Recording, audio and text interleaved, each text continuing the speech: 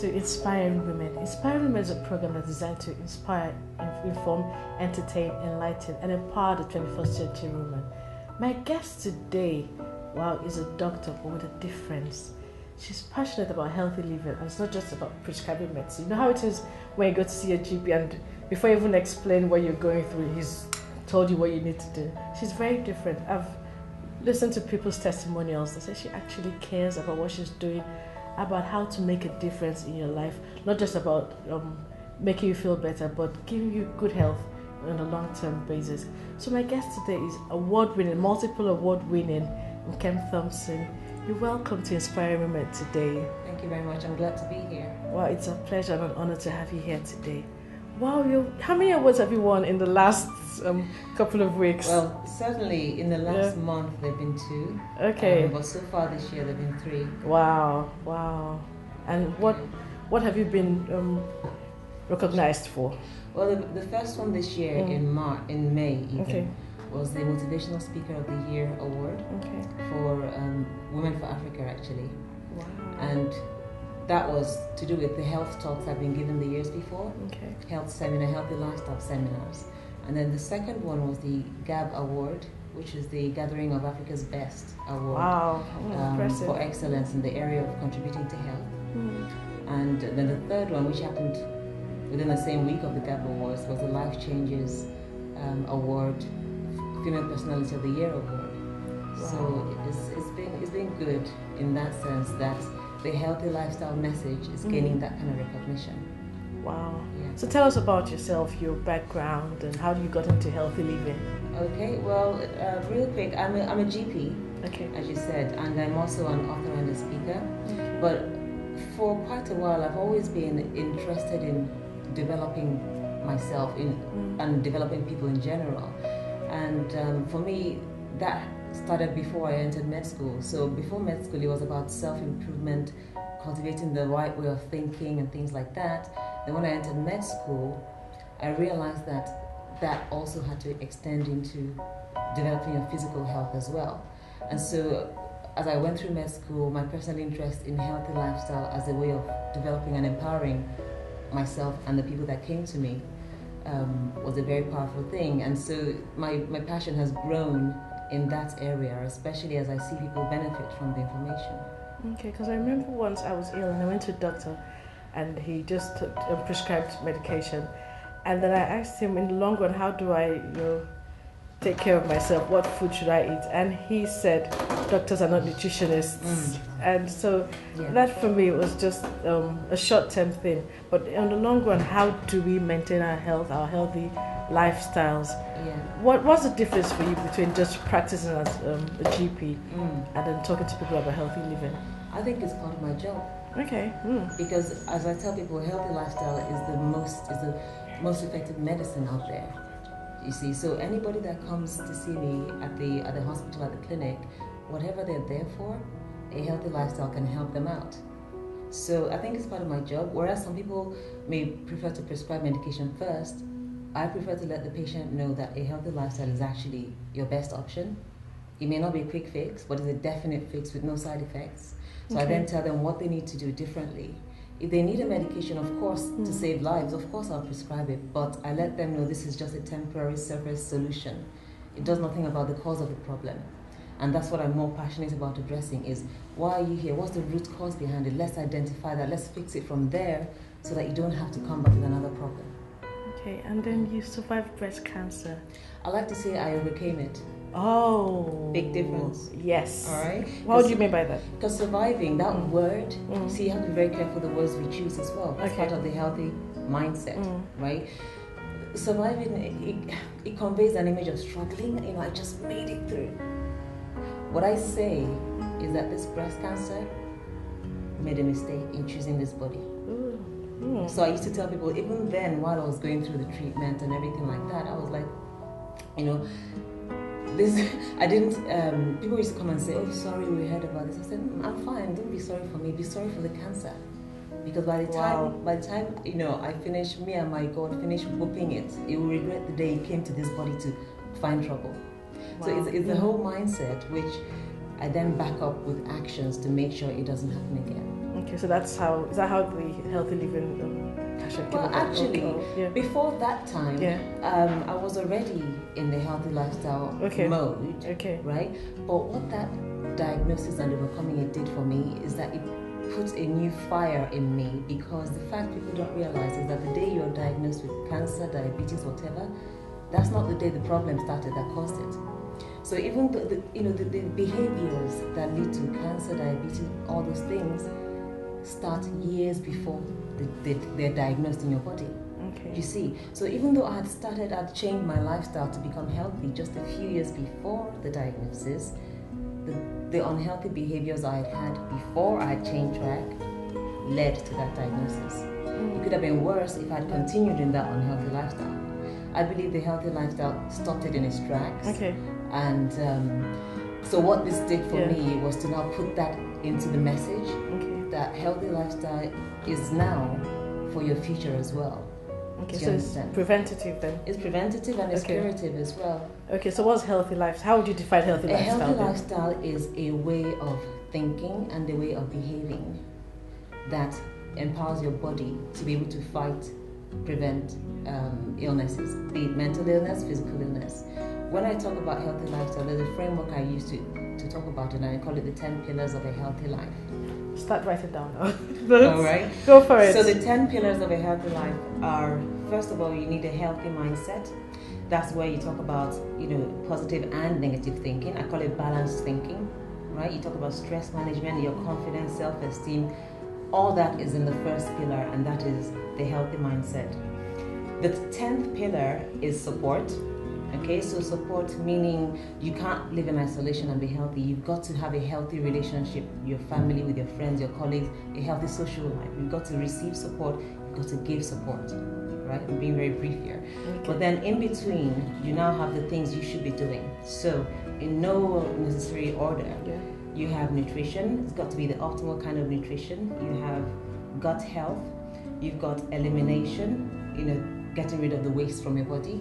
And the thing is, if any of these pillars is weak, one or more of these pillars is weak, you will have to find a doctor because you'll be sick. So I've mentioned nutrition, gut health, elimination.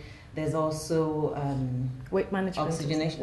Weight management is a side effect of a healthy lifestyle. All these things are they're reversing disease and stuff. They'll be managing your weight as well. Oh, interesting. Right? Absolutely. That's a different perspective, actually. That's the right perspective, because if you focus on weight alone, you do all kinds of crazy things, fat diets just to lose weight, but you're not healthy. So what I do is I help people focus, even on that Facebook group I run, the Fit, Fab, Strong Women group, focusing on health, and yet they're losing weight because they're overweight and so on. All right? So, gut health, and then there's exercise, there's oxygenation, there is sleep, there is, what haven't I mentioned? Sunshine, vitamin D. Okay, I feel like I'm missing one. But anyway, there's 10 of them, and you can find out all about them on my website, because I write about these things so that people can learn and act on them. So what's your website, Tristan? My website is drkem.com. That's doctorkem.com. When you go there, there's a health blog. There's a link to the health blog on the left side. So just click there, and you can read all this information in full. Okay, so write down drkem.com. Are people able to contact you with questions? Oh, absolutely, and I do encourage it. I encourage it because I like to help people, give them the right information. There's a lot of wrong information out there. People think that this diet or that diet is the way to it, and that's not where it's at. So I'm happy to field questions. If people ask me, how can I reverse my blood pressure, diabetes? Ask it. I'm happy to answer that. So you believe that diabetes and high blood pressure can be reversed? I know it can. Really? I do it all the time for patients, for people. Yeah. So how do you do it? It can. It's not a one sentence answer. What it is essentially, okay, but in summary, what it is, those pillars I talked about? Yes. I find out from each person, people are different. So from each person, I find out from them, which of these pillars are you weak in that has given you this symptom? Very often, to be honest with you, it's nutrition, exercise. There are always, there could be others like the stress and so on. But these are often the big ones. It could be vitamin D. But when I find out what the weak pillars are, and then we start working with them to tell them how to strengthen those pillars. And when they do, the blood tests are reversing back to normal from high blood sugar. The blood pressures are reversing back to normal without any medication. It's happening. Without medication. Without medication. Coming from a doctor. Yeah. Really. Without medication. And so that seeing those results is like putting fire in the passion. It just makes me want to go out there and let more people know about it. You see, because people are seeing the results and they're testifying about the results as well. These are documented results. Okay. You know, again, as I said, medication has a place. I just don't think that place is the first place in the human body. The human body was not made to run on drugs. Okay. It was made to run on those 10 pillars I told you. You see, and so if, for example, someone has a severe migraine because they're dehydrated, and you keep giving them painkillers and they don't work, I'm like, why are you treating thirst with painkillers? Your body is saying that it's thirsty. Just give that body the water it needs. And do you understand? And I do this all the time. People take it for granted because these things are not drugs. You're not paying for them or anything, but they do work. And they come back and say, "Oh my goodness, I didn't realize." Wow. Yeah. I have to sit you down and then talk to you for a full episode because there's so much. I think there's so much we can learn, especially coming from. I always see when you hear results that this particular illness is prevalent in the Black community, and you're wondering why is that? Yes, that's what I always ask. Yes, and and based on those questions, I then go and do some research. Okay, and most of the time it's a lifestyle thing, cultural thing, lifestyle thing. And our diet, because we have... Well, that's part of the 10 pillars, rich, don't forget. We enjoy rich foods. You know, and I'm not even going to say don't therefore eat your traditional food, because there's a lot of healthy food within our traditional foods anyway. It's just a matter of tweaking the proportions so that they're more health enhancing. Okay. For example, you know, there's just so much in there that people need to be aware of, and I'm glad for this kind of opportunity to get that awareness out there. Okay, so what would you say to the woman out there who is wondering, how can I live a healthy lifestyle? I'm short on time, I have a family to manage, I can't catch up on sleep, there's so much going on in my life. What advice would you give to that woman? Well, the first, probably the main thing I'll tell her, first of all, right, is that you need to rethink your priorities. Because the thing is, time happens to everybody, right? We all have 24 hours in a day. Yes. If you don't invest a tiny fraction of that time each day in maintaining your health, one day is coming, you'll be forced to spend hours of that day in a hospital. That's true. So I would say, rethink your priorities. If you love your kids, love your family, you have to love yourself first, and then you love your neighbor as yourself. So the way to love yourself first is look after yourself, sharpen the saw. Sharpen the saw. You're like the tool to make these things happen in the family. Yeah. Sharpen that tool so that you can be more efficient. You're not efficient as a mom if you're sick in bed. That's true. And you will be sick in bed if you don't look after your health. There's no two ways about it. You see? And so that would be the main thing I'll tell this person. And I say to people all the time, is rethink your priorities. Because the way I see it is like this, right? Because I'm such a busy person, I have to take time for my health. Yeah. It's not because I'm so busy, I don't have time for my health. I know where that road ends, okay? But rather because I'm so busy, I've got to make sure I invest in my health so that I'm around to do the things I need to do. Yeah. So that's what I would really encourage, because the first step in changing behavior is to change the mindset. Yes. So that is where I would start with talking to a lady like that. Okay, so it's like on the plane, they'll say you should put a gas mask on yourself first. There you go. Put it on the child. Absolutely. You're not good to that child if you're dead. That's true. What I mean. That's true. So it's the same principle. That's true. Yeah. So if you're listening to Dr. Kemp today, she says, please take care of yourself first. Make time for exercise. Live a healthy lifestyle. And then you'll be able to take care of your children. Dr. Kemp, you have to come back again to speak to us. Yes, but it's a pleasure having you. Thank you for your time at short notice. Thank you. Thank you very much.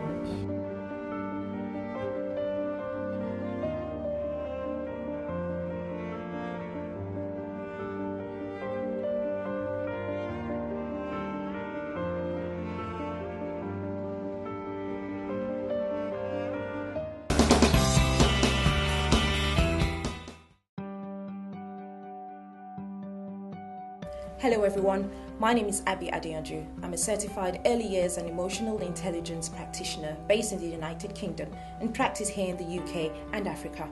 I'm currently working on a personal project called the VAP project.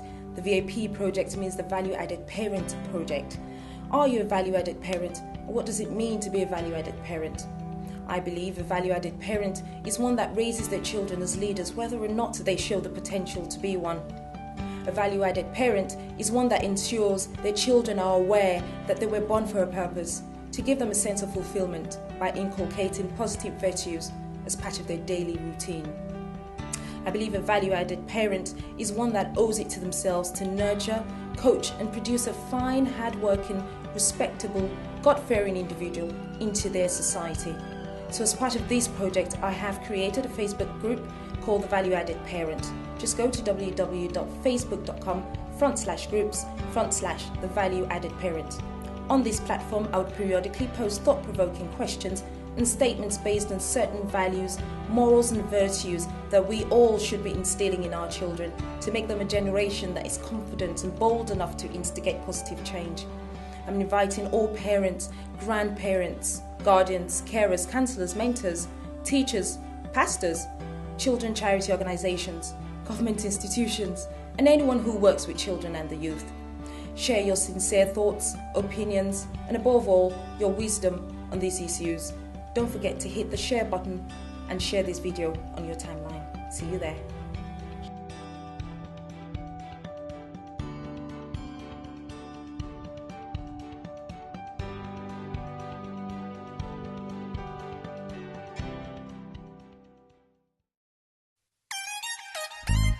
Yeah. Experience praise and worship like never before at the Beyond the Norm concert, featuring Noel Robinson, Aaron T. Aaron, Evans Ogboy, Faith Child, Deo Bello, Light Child, and the AGMA award-winning Living Faith Connections Mass Choir. Date, Friday the 13th of December 2013. Venue, BTN Centre, Shiloh Grounds, 24 to 26 Thames Road, Barking, IG11 OHZ. Doors open at 5:30 p.m. Concert kicks off at 7 p.m. Tickets cost £10 and £20 for VIP tickets.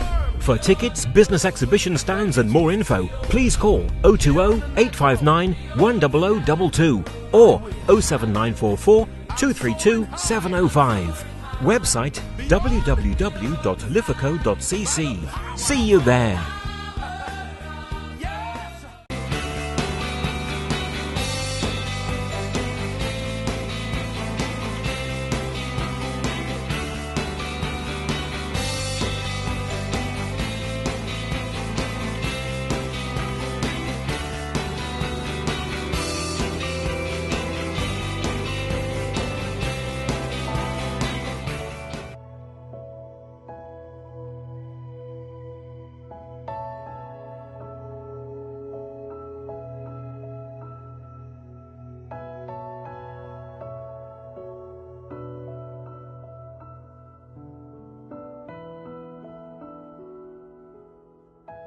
You're watching Inspiring Women. My guest today is multiple award-winning creator, inventor. She won Mother of the Year. She's also an entrepreneur.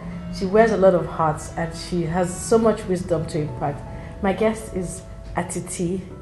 Atiti is creator of this fantastic game called Shh or Tell It. It's a family game, but I'll let her introduce herself in her own words. You're welcome, Atiti. Thank you very much. It's a pleasure to have you here today. Thank you. So introduce yourself to us in your own words. Well, as you said, as you've rightly said, I wear lots of hats, and you've described me as the creator of the board game Shush or Tell It. So I'll start by saying that my name is Atiti, surname Shosumi.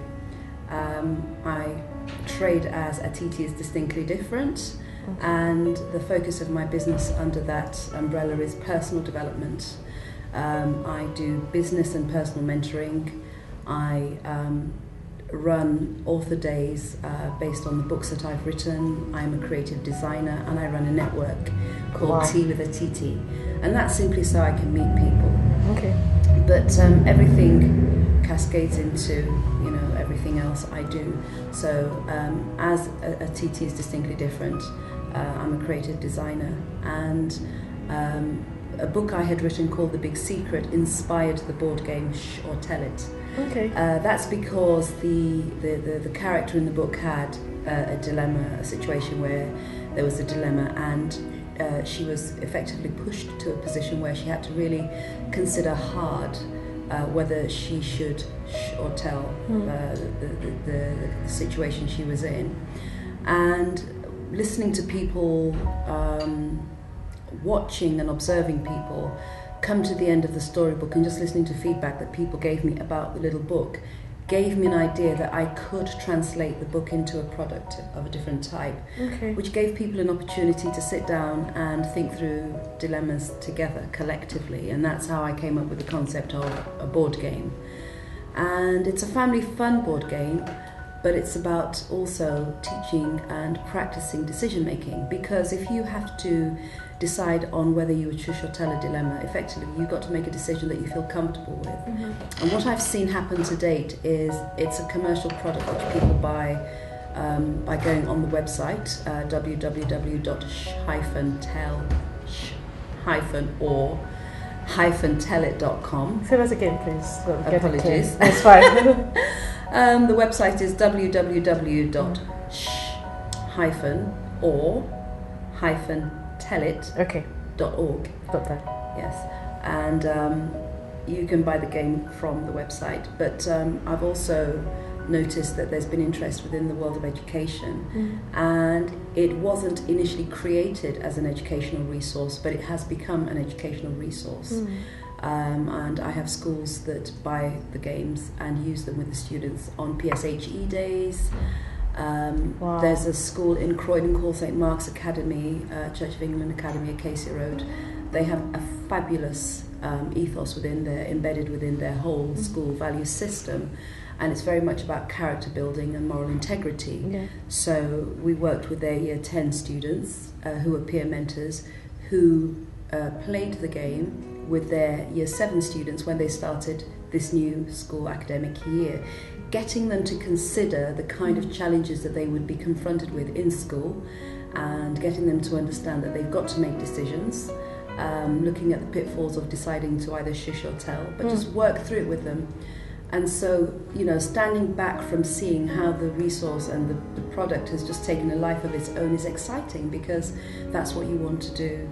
One of the things we try to do is everybody who comes into contact with the game, we encourage you to give us a dilemma back, because the game has 90 scenario cards in it, and they're a broad range of generic scenarios. But each group we interact with, whether they're work-based group, and we're using it for team building, or just a gender-specific focus group, we ask you to give us scenarios, because we want to repopulate cards as we go along and make more scenarios available for specific groups as an add-on resource. Okay, so you're teaching life skills like decision making, team building, team working, and collaboration. Definitely. Okay. I mean, I guess a question I could ask is, are you familiar with anywhere where decision making is taught at school? We have an assumption that children know how to make decisions and they'll learn, but the reality is that we often hear about their poor decision making when they get into trouble and we're summoned to school. That's true. Whereas I think it's nice to create a safe environment and a good forum for them to practice making decisions and practice making mistakes and feeling comfortable, and benefiting from the wisdom of the crowd and the group and their peers and teachers and other professionals who can help them think and sell them different value propositions that could make them reconsider some decisions they'd like to take. Wow, so beyond this game now, we're going to talk about your other activities that you run. Okay. You said you have a networking group, and you have IATO. Yes. What is IATO? Tell us about that. Okay, IATO is a high-end couture accessory label. Okay. I did art for A-levels. I have always been passionate about design, and I love shoes. So do I. And I love coats as well. And I'm very particular about handbags. So I've decided to specialise in handbags, coats and shoes, footwear I would say. Okay. And I mean, this dream started quite a few years ago. It took me up until last year to really get it off the ground because I wanted everything handmade in London. Wow. I live here. This is the country of my birth. This is fashion capital of the world. I totally believe so. Yeah. You know, this is the country of my birth, and I remember the good old days when, you know, you had, you know, made in England brands and you know, people would travel from different parts of the world and come and buy, you know, English stuff. I believe that having the exposure I've had and the dual cultural exposure and, you know, experience, that I can create something that's exciting and handmade here, my designs, but manufactured and made in London, and that's what I'm doing. So is it just for women then, or for everyone? No, it's just for women, and to be honest with you, I'm looking at, you know, women from 40 over. To be honest with you, that is my target. And that's a market that's not really being catered for in. Well, I don't think so. I don't think so. And I think that we like to feel fabulous and special and, you know, gorgeous and sexy and feminine, and be appreciated for our intellect and all the other skills that we bring to the table whilst we look gorgeous with it. I think that you do have a few labels, but they're not made in Britain labels, and they're not as you know, they're great labels, but you know, I think they're crazily expensive, but they are, you know, mass-produced things. I think that being able to have something that's unique, different, exclusive, and particular to what you would really like, that goes with what you have in your wardrobe, is something that we should be able to do for ourselves if we want to. Now I'm going to ask you. You won Mother of the Year award last year. I did. How do you find the time? I know you're a mom of 6. How do you find the time to juggle all your businesses? How, and then win an award? How do you find the time? We all have 24 hours in a day, and I think it's really down to how we use it or how we see time.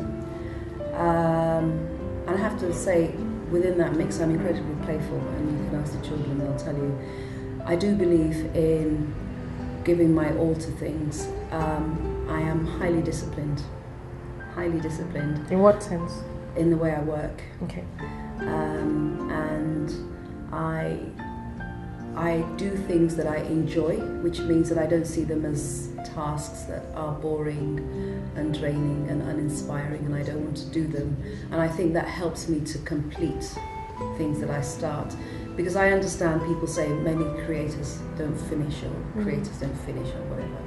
I'm a creator, but I finish what I start. And you finish it excellently. I do believe in doing Looking that. Looking at this, it looks really good. Yeah. So I just really plan my time and use my time as best as I can.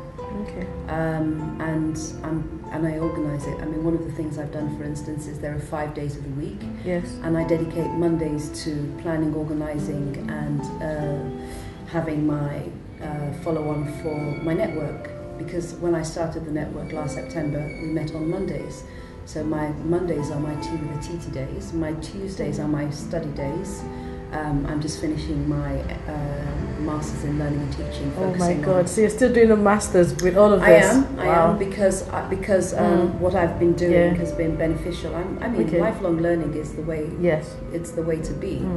And so when the opportunity came to do the program, I jumped on it, and now I'm writing the project dissertation. So Tuesdays is my study day. Okay.